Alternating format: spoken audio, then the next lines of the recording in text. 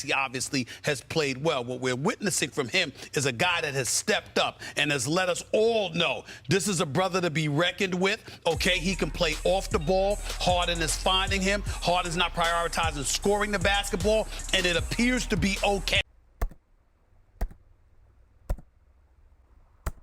The 76ers have them a legit big three with Joel Embiid, James Harden, and Tyrese Maxey.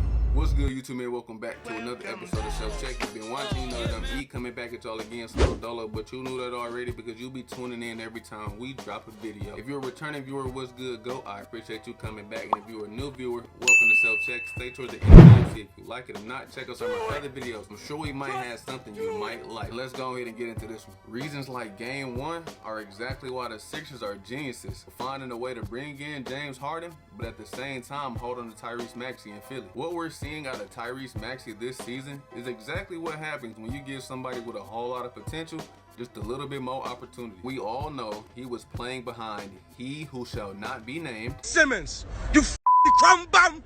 Get Ben Simmons the out of my city! I don't want to.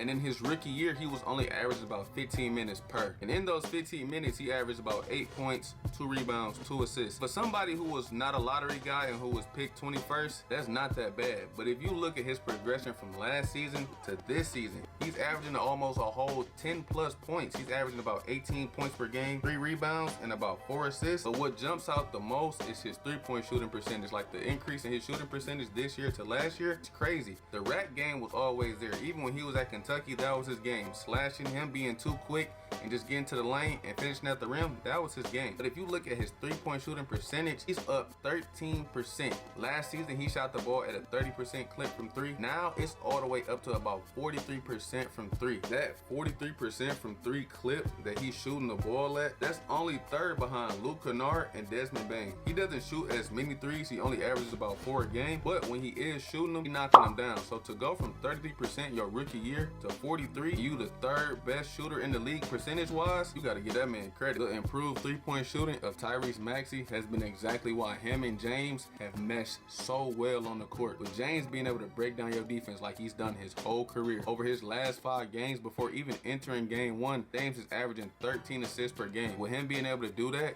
and he got a trusty shooter next to him in Tyrese Maxey, that's just a backcourt that I think nobody wants to deal with. And also, if Nick Nurse was smart, as much as I like Fred VanVleet, if he was smart, he would get Fred VanVleet off of Tyrese Maxey, because it's looking like it's easy buckets for Maxey every time. Barbecue chicken alert!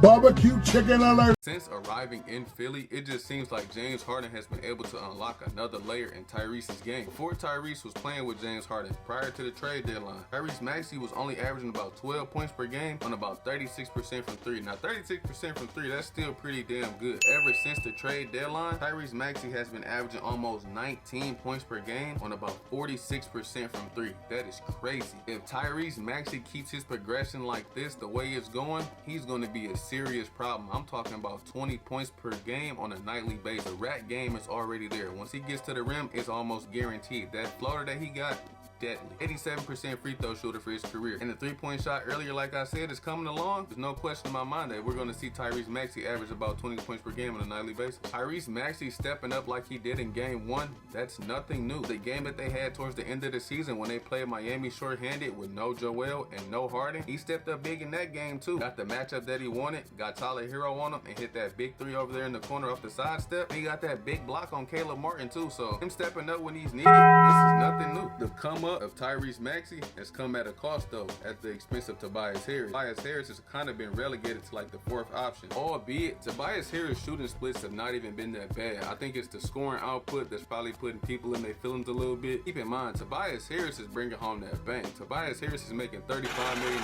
per year, not to be in that man's pockets. And he's still under contract for another 2 years. So somebody who's kind of guaranteed that money and is making that money, you expect more than kind of just 14 to 16 to 18 points per game. But I do like how he came out aggressive in game 1, and that's how you kind of get the best out of Tobias Harris. You want to maximize his time on the floor by kind of letting him get in the groove, giving him the ball, kind of getting out the way, or maybe even give him a post touch and just let him work. Don't just kind of stick him over there in the corner, because that's not his game. You got to let that man work a little bit. Entering this postseason, James Harden said that he has nothing to prove and that there is no pressure. What? Stop the cap. only one thing missing from the resume of James Harden, and that's a chip. He's won the MVP, 10 times All-NBA, 10-time All-Star, led the league in assists, led the league in scoring 3 times in a row. We all know he just needs that ring to cement his legacy. And the fact that he said there's no pressure, come on, man, that sounds delusional. I'm failing to understand how you force your way out of one contender to go play for another one, and you feel no pressure to capture the chip this season. You playing with arguably the MVP. Now, the verdict isn't out yet, but he already won a scoring title, and that's Joel Embiid. You got this young star, who you done unlocked another layer in his game, and Tyrese Maxey. Your fourth option can still give you about 15 to 20 in Tobias Harris, and as great as you are, you feel no pressure? That's crazy to me. Not to mention you playing in Philly. You already know they're gonna be on you, so the fact that he said that, that's crazy to me. But alright, y'all, I'm gonna call the wrap on this one. And again, I appreciate you goats tuning in to another episode of Self Check, rocking out with me. Remember, if you like this video, be sure to drop a thumbs up. It will help us out a lot. I appreciate y'all tuning in to this one. I'm gonna catch y'all in the next one. Peace.